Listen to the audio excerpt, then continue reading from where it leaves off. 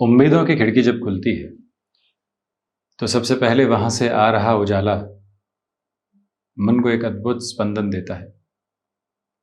भीतर का ठहराव बढ़ने वाला होता है। ढैया ने इस जीवन यात्रा को भरपूर अनुभव दिए। उन अनुभवों के साथ चलती हुई आपकी जीवन यात्रा ने बहुत कुछ अलग सिरों के साथ में देखा, स्वयं को नए अर्थ प्रदत्त करने का कार्य किया और अब वहां से आगे बढ़कर आप इसी श्रृंखला को और ज़्यादा तीव्रगामिता के साथ में आगे बढ़ाने की तैयारी कर रहे हैं। जब हमारी और आपकी चर्चा हो रही है वर्ष 2082 यानी विक्रमी संवत 2082 के साथ में जो प्रक्रियाबद्ध चरण अब सामने रहेंगे, इस संवत्सरी क्रम की जो आभा है वो जब प्रवेश कर रही है उसके एक दिन पहले ही शनिदेव यहाँ परिवर्तन की ओर जा चुके हैं। ज्योतिषीय आधार पर बात करें तो इस वर्ष की जो 29 मार्च 2025 की तारीख रही वो सबसे महत्वपूर्ण तारीख रही, क्योंकि शनिदेव परिवर्तित हुए और हम यहाँ नवरात्र पर्व की चैत्र शुक्ल पक्ष प्रतिपदा की शुभकामनाएं प्रेषित करते हुए आगे बढ़ रहे हैं, क्योंकि जो ये वर्ष है आपके लिए अद्भुत है। राहु और शनिदेव की युति जरूर बनी रहेगी 18 मई तक, जिसकी चर्चा चाहूँ और है और जिसको भय के सिरों के साथ में परोसा जा रहा है। हम निवेदन करेंगे कि राहु शनिदेव वत फल करते हैं। राहु नवम भावस्थ क्रम में अपनी यात्रा में चलायमान रहे। शुक्र और बुध की मित्रवत स्थितियां हुआ करती है, लक्ष्मी नारायण योग बनाते हैं। ये दोनों ग्रह व्यवस्थाएं शनिदेव की भी मित्र हैं। तो वहीं पर शनिदेव और सूर्यदेव आदर्श शत्रु जरूर हैं, लेकिन पिता पुत्र रूपी स्थितियां हैं। आध्यात्म के मार्ग की ओर व्यक्ति को पूरे तरीके से आगे बढ़ाने का यही वो क्रमबद्ध सिरा है जो जीवन में उजाले लेकर आता है। तो ऐसी व्यवस्था जब नवम भाव में बनी हुई हो और शनिदेव जब प्रविष्ट करें तो यूं समझ लेना चाहिए कि आध्यात्मिक भोर जीवन के भीतर है, दर्शन की आभा जीवन के भीतर है, पुरुषार्थ जिसे कामकाजी जीवन की यात्रा का अनंत कामिक क्षण कहा जाता है वो आपके साथ साथ चलायमान है। कुल जमाजोड़ जो भाग्य का सहयोग आपको व्यापार में नहीं मिल पा रहा था, नए कार्यों में नहीं मिल पा रहा था, सप्तम भाव के अधिपति का, अष्टम भाव के अधिपति का यानी व्यापार भाव के अधिपति का, रिसर्च हाउस की लॉर्डशिप का, नया खोजने की हाउस की लॉर्डशिप का, मति के आधार का, आयुष्य के आधार का अब भाग्य भाव में प्रवेश हो रहा है। बृहस्पति राशि स्थान में शनिदेव प्रवेश कर रहे हैं और 10वीं दृष्टि से पुनः बृहस्पति की मूल त्रिकोण को देखने वाले होंगे, तीसरी दृष्टि से बृहस्पति को देखने वाले होंगे, सर्वाधिक कारकत्व प्राप्त ग्रह को देखने वाले होंगे। इसके लिए जो यदि इस प्रैग्मेटिक अप्रोच के साथ में बात की जाए तो आपके लिए आर्थिक तौर पर वृद्धि के स्पष्टतम संकेत नजर आते हैं। आज मुनाफा हुआ और कल का दिन खाली निकला, ऐसी स्थितियां नहीं है। आप लगातार अवरोध से हटकर जीवन यात्रा को यहाँ नए बोध के साथ में जुड़ रहे हैं। स्थिरता को प्राप्त करके आगे बढ़ने की जो कहानी होती है उसको अपने साथ साथ में लेकर चल रहे हैं, जहां से कोई भी और तारतम्य में कमी, नकारात्मकता के भाव निकल कर नहीं आते। जीवन की ऊष्मा एक अलग प्रवाह को प्राप्त करके जब आगे बढ़ती है तो वहां से रुकावटें और बाधाएं सामने नहीं रह जाया करती। उस तीव्रगामिता को, उस बेहतरी को और उस संप्रेषित भाव को आप अपने साथ बहुत गहराई से लेकर आगे बढ़ रहे हैं। और इसी मंतव्य को स्पष्ट करके आप रखिएगा कि यहाँ से रुकना और थकना बिल्कुल भी नहीं है। दूसरी स्पष्टता ये याद रखें कि यहाँ जो बृहस्पति राशि स्थान में शनिदेव रहेंगे, इनकी स्थितियां 18 मई तक राहु के साथ जरूर है। सबकॉन्शियस फियर से हटने के लिए इन डेप्थ अप्रोच में अपने थॉट प्रोसेस को लेकर जाने की कोशिश करना आपके लिए अति व्यवस्थित क्रम कहा जाएगा।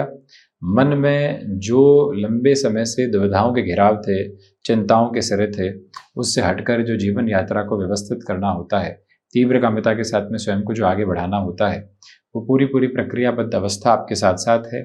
राहु और केतु 18 मई के साथ परिवर्तित होंगे। राहु की स्थितियां अष्टम में जाएंगे और केतु द्वितीय भावस जाएंगे। तो आकस्मिक धन लाभ के योग बनते हैं, परंतु प्रत्येक धन लाभ के साथ, प्रत्येक कार्य की पूर्ति के साथ जब अष्टम के राहु होते हैं तो वो व्यक्ति को भयाक्रांत करते हैं। ये तो हो गया। अगला क्या? अगले से अगले पर सोचता हुआ व्यक्ति सिर्फ और सिर्फ खुद को डिस्टर्बेंसेस देता है और उन डिस्टर्बेंसेस के साथ कहीं पर भी पहुंचने वाला नहीं होता। इस पोजीशन को काफी हद तक स्वयं के लिए संभाल कर आप आगे बढ़ाने की कोशिश कीजिएगा। यह भी विनम्र निवेदन हम आपसे यहाँ पर करना चाहेंगे कि जो कार्य लंबे समय से आपके लिए अटकाव की तरफ थे, वहाँ पुनश्च भाग्य का पूरा संवर्धित सहयोग आपको प्राप्त हो रहा है। वहीं देवगुरु बृहस्पति द्वादश प्रवेश करेंगे 14 मई को इस संवत्सरी क्रम में। तो ऐसी स्थितियों के साथ में विदेश संबंधी कार्य में वृद्धि, परंतु खर्चों को लेकर बहुत ज़्यादा सोचने की प्रक्रियाओं में मत आइएगा। डिस्टर्बेंसेस आ सकते हैं जो महानुभाव analytics, IT field, data sciences संबंधी कामकाज में है, क्योंकि बृहस्पति जब द्वादश भाव में रहेंगे 9वीं अमृतमयी दृष्टि से पुनः अष्टम को देखने वाले होंगे। अटमोस्ट पॉजिटिविटी की जो रिफ्लेक्सेस होती है वो आपके साथ है। मंगल कर्क राशि के महानुभावों के लिए योग कारक, परंतु प्रथम भावस्थ आभा के साथ में गतिमान होते हुए, इसलिए इस बात को अपने साथ में जोड़कर रखने की पूरी आवश्यकता है कि इम्पल्सिव अप्रोच से बचिएगा। आकस्मिक क्रोध संबंधी स्थितियों से संपूर्ण तौर पर स्वयं को हटाकर चलिएगा। मंगल की चौथी दृष्टि चतुर्थ भाव पर रहेगी, शुक्र राशि स्थान पर रहेगी। शुक्र स्वयं भाग्य भाव में है, परंतु कुछ हद तक इनकी पोजीशंस इतनी क्लियर नहीं, इसलिए फैसिनेशन ड्रिवन अप्रोच रह सकती है। अप्रैल और मई में तो जमीन संबंधी निर्णय में बहुत ज्यादा संभलें। स्वयं को कहीं पर भी जल्दबाजी में जोड़ना और उस व्यवस्था के साथ में स्वयं को देखना जो अभी की स्थिरता में नहीं है, आपको नकारात्मकता भरे भाव दे सकती है, डिस्टर्बेंसेस के अप्रोच दे सकती है, जिससे पूर्णतया संभल कर आप आगे बढ़ने की कोशिश कीजिएगा।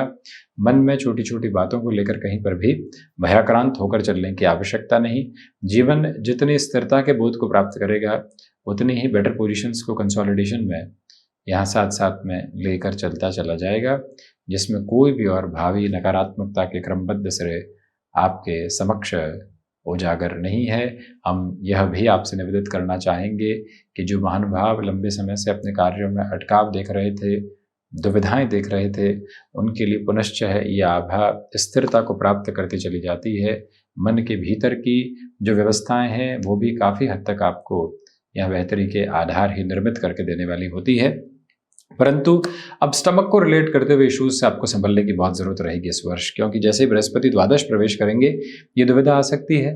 ब्लड प्रेशर को रिलेट करते हुए जो इश्यूज डिस्टर्ब कर रहे थे, वहाँ से आप काफ़ी हद तक संभल कर अपनी यात्रा को आगे की ओर देखने का जो प्रयत्न होता है वो करने में सक्षम भी हो पाएंगे और बेटरमेंट के प्रोस्पेक्ट्स के साथ में खुद को इवॉल्व भी करते चले जाएंगे, जिसमें कोई भी और परेशानियों की और नकारात्मकता के भावों को अपने साथ रखने की आवश्यकता बिल्कुल भी आपको नहीं है।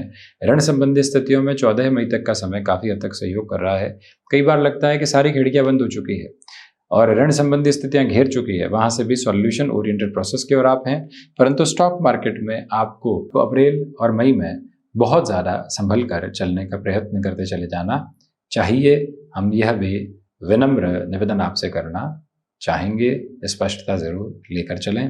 और वहीं अष्टम के अधिपति का नवम भावस्थ क्रम में होना मन के भीतर की स्थिरता को और अधिक बढ़ाने का एक आयाम है। तो ये था कर्क राशि के महानुभावों के लिए विक्रमी संवत 2082 का पूरा ही चर्चा ब्यौरा। हम इसी तरह से उपस्थित होने का प्रयत्न करते रहेंगे। धन्यवाद एवं कोटिशः आभार।